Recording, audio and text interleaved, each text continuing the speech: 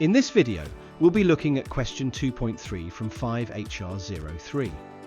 You should have read the scenario and know that this question is asking you to approach the analysis of different types of employee benefits by focusing on their merits from both the organizational and employee perspectives. Before we dive into the approach, I need to remind you that this video provides general guidance on how to tackle this type of question. It doesn't give you the answers. You'll need to do your own research, analysis, and critical thinking. With that said, let's walk through how to approach this step by step. First off, let's break down the question itself. You'll want to start by spotting the command verb. Here, it's explain the merits. That means you're not just listing or describing the different types of employee benefits. You're being asked to analyze the advantages or the value that each benefit brings. So you'll need to look at this from both sides. What's good for the organization and what's good for the employee.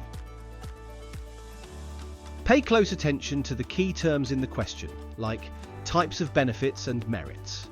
Make sure your answer covers a range of benefit types and that you're evaluating what makes each one valuable.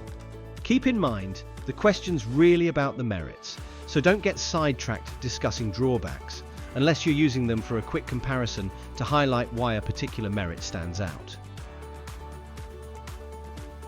Alright, now, moving beyond just describing benefits, you'll want to actually judge how effective each benefit is. Use comparative, evaluative language. Say things like, this is especially helpful for retention, or this might not work as well for motivating certain groups. Think about how different benefits might appeal to different types of employees, and how their value could change depending on the organization's context, like its culture or its budget. Always back up your points. Don't just say a benefit is good, explain why it's effective. When it comes to planning your answer, start with a short introduction. Explain why employee benefits matter, especially if the scenario mentions issues like high turnover. Then, organize your answer into themes. For example, you could group benefits into financial and performance-related benefits, like bonuses, well-being and security benefits, such as healthcare or pensions, and work-life or developmental benefits, like flexible working or learning support. Pick 2 or 3 key benefits from each category and dive deep into analyzing them, rather than trying to cover every possible option. Wrap up with a quick summary that judges the overall value of having a variety of benefits. It's really important to use the assessment criteria to guide your response. Ask yourself, am I covering both financial and non-financial benefits? Have I looked at their impact on things like engagement, motivation, attraction and retention? Have I thought about the cost or resource implications for the organization? Am I recognizing that different people value different types of benefits? Make sure your answer follows the main themes highlighted in the assessment criteria. For evidence, pick out 2 or 3 credible sources that talk about employee benefits, motivation, and reward strategy. Paraphrase their main points and use Harvard referencing as you go. This shows you're supporting your analysis with external research. Make sure each reference backs up a specific evaluative point, and double-check your assignment brief about how to format your reference list.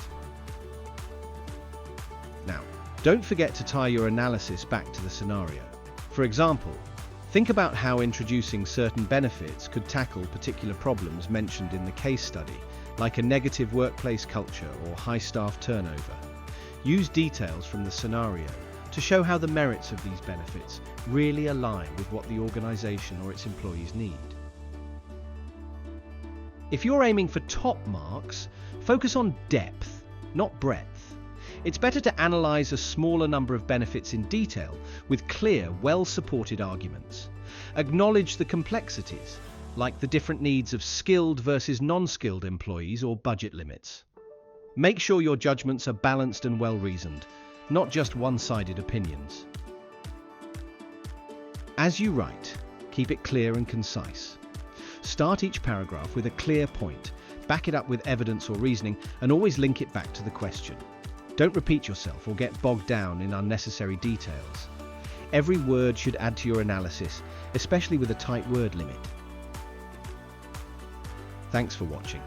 If you found this helpful, please give it a thumbs up and subscribe for more videos in this series.